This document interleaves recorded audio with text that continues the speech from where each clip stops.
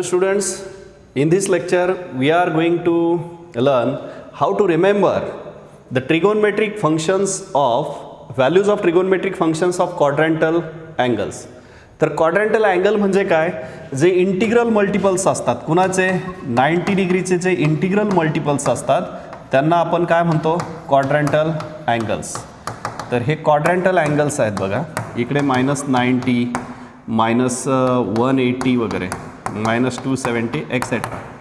तर ह्या सगळ्या अँगल्सला आपण जर 90 ने डिवाइड केलं तर कोशियंट काय येतो 1 2 3 4 1 2 3 एक्सेट्रा.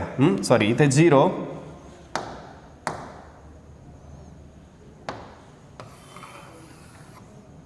0 1 2 3 4 एक्सेट्रा, इकडे -1 -2 -3 एक्सेट्रा. तर हे इंटिग्रल मल्टिपल्स येतात ना, हे काय येतात इंटिग्रल मल्टिपल्स ऑफ 90 डिग्री, बरोबर आहे. तर 90 डिग्रीचे जे इंटिग्रल मल्टिपल अँगल असतात त्यांना आपण क्वाड्रंटल अँगल म्हणतो. मग आता तुम्हाला माहीत आहे अँगल आपल्याला स्टँडर्ड पोझिशनमध्ये पाहिजे असतो. तर इथे आपण जर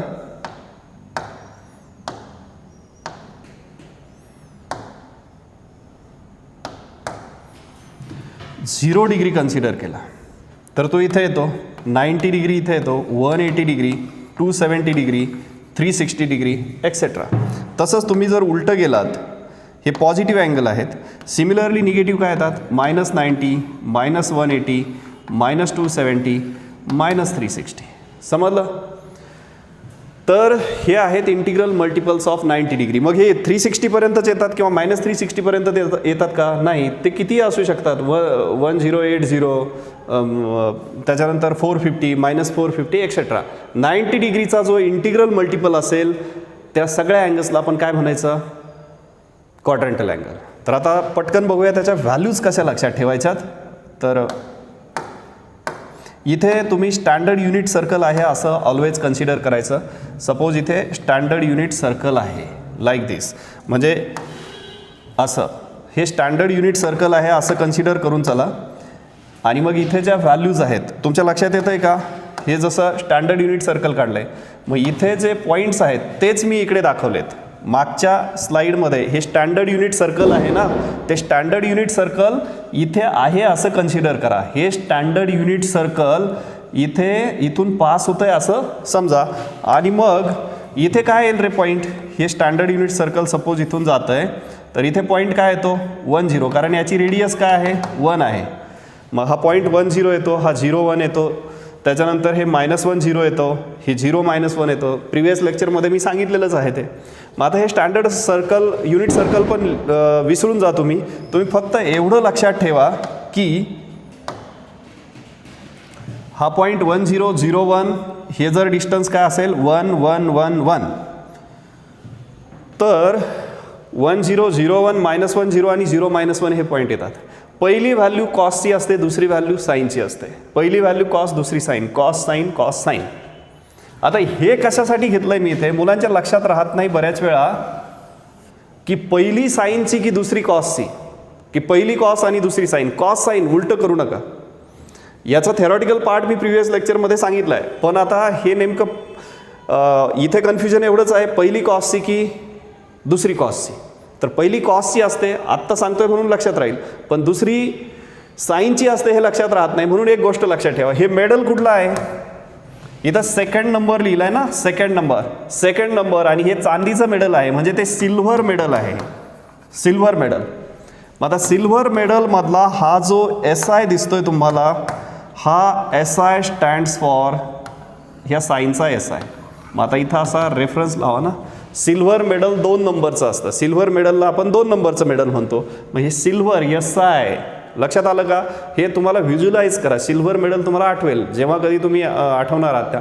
पहिली व्हॅल्यू कॉसची, दुसरी व्हॅल्यू साईनची, sine SI silver, SI silver, silver medal असतं 2 नंबरचं, साईनची व्हॅल्यू 2 नंबरची. मी पुन्हा रिपीट करतोय, SI म्हणजे सिल्व्हर, सिल्व्हर मेडल 2 नंबरचं असतं, साईनची व्हॅल्यू 2 नंबरची. सिल्व्हर मेडल 2 नंबरचं, साईनची व्हॅल्यू 2 नंबरची. सिल्व्हर मेडल 2 नंबरचं, साईनची व्हॅल्यू 2 नंबरची.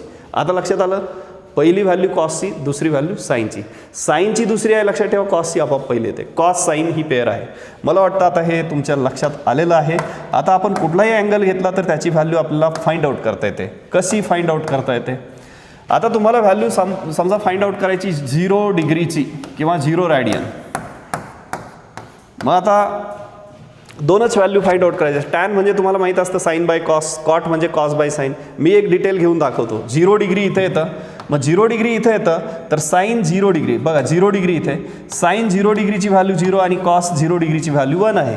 Sine 0 degree is 0, cos 0 degree is 1.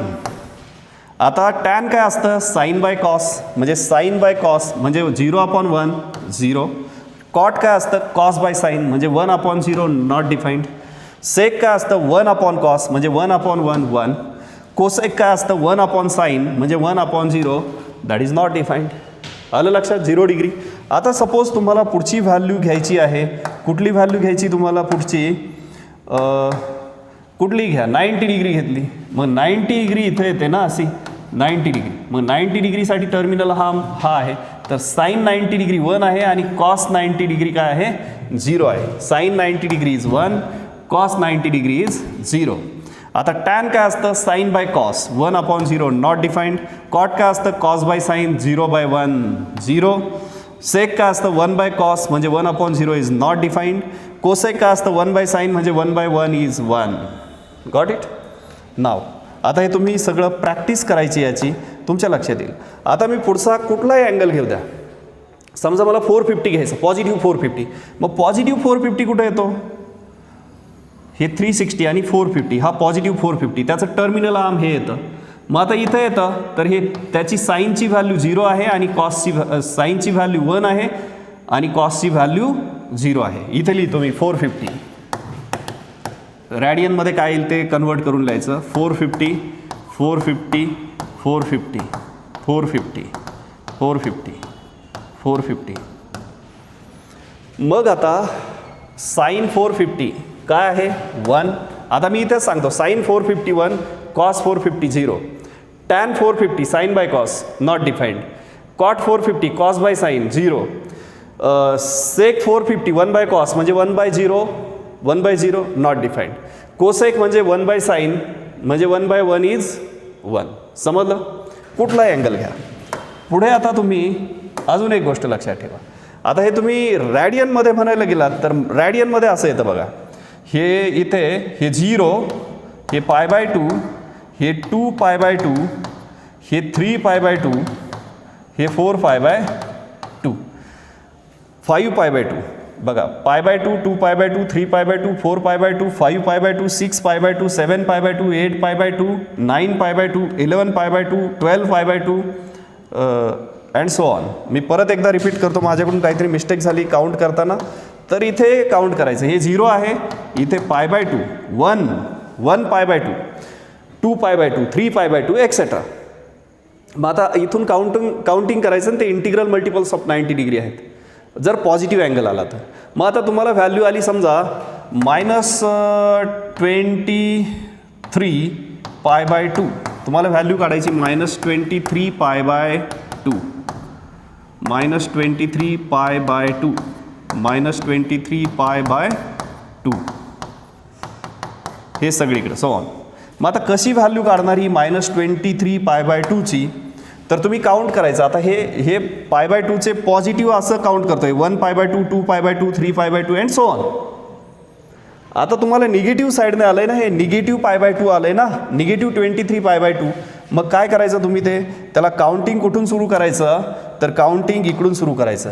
-π/2 इथे येतं ना, मग हे -1 -2 -3 -4 -5 असं जायचं पुढे. बघा मी काउंट करतो इथे 1 2 3 4 5 6 7 8 9 10 11 12 13 14 15 16 17 18 19 20 21 22 23.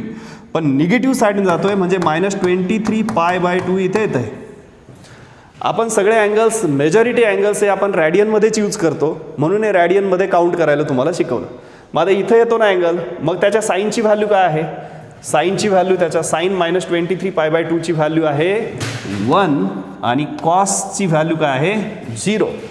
मग आता ही 1 येते, ही 0 येते. बाकीच्या व्हॅल्यू तुम्हाला माहिती आहेत. Sine by cos this upon this not defined, cos by sine this upon this 0, 1 by cos 1/0 not defined, 1/1 म्हणजे 1. फिनिश्ड. समजलं. आता तुम्हाला व्हॅल्यू जर फाइंड आउट करायची असेल कुठली, जर दिलेलं असेल -11π, तर आता हे π/2 जेव्हा असतं तेव्हा ते असं काउंटिंग करा. निगेटिव्ह डायरेक्शन असेल तर इथून सुरुवात करा आणि पॉझिटिव्ह डायरेक्शन असेल तर अशी सुरुवात करा. आता ज्या वेळेस असं हे -11π दिलं आहे तर हे लक्षात ठेवा, हे सगळे जे इंटिग्रल मल्टिपल्स ऑड आणि इव्हन कुठे येतात, तर odd even integral multiples odd जे इंटिग्रल मल्टिपल्स असतात ना पायचे, कुणाचे पायचे, ते सगळे इकडे येतात आणि इव्हन सगळे कुठे येतात, राईट साईडला येतात.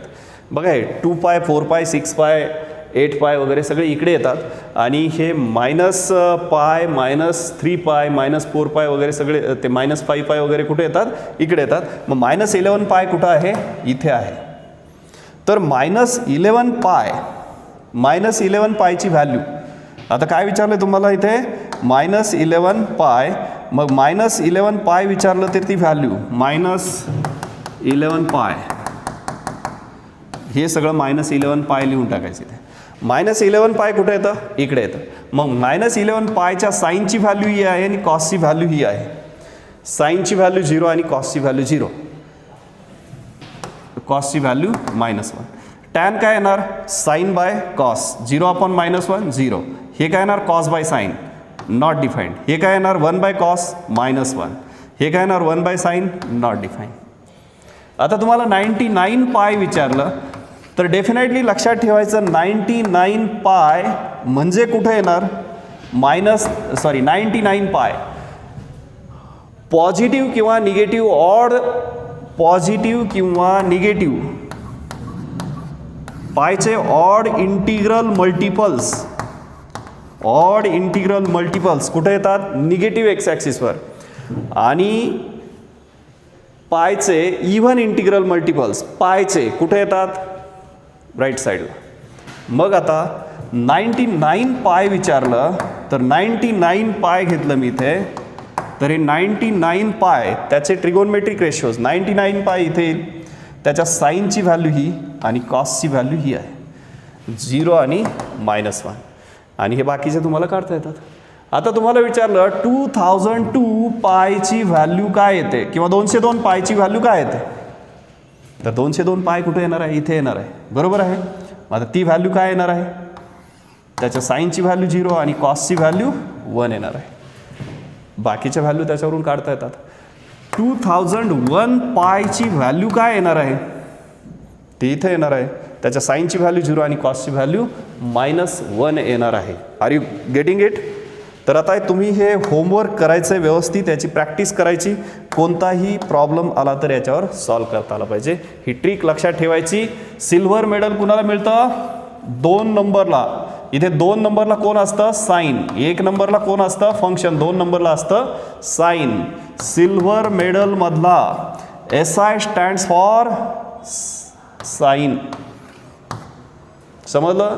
SI silver, SI sine and silver medal असतं. 2 नंबरचं साईनची व्हॅल्यू असते 2 नंबरची. याची प्रॅक्टिस करा. Bye bye. 10, 9, 8, 7, 6, 5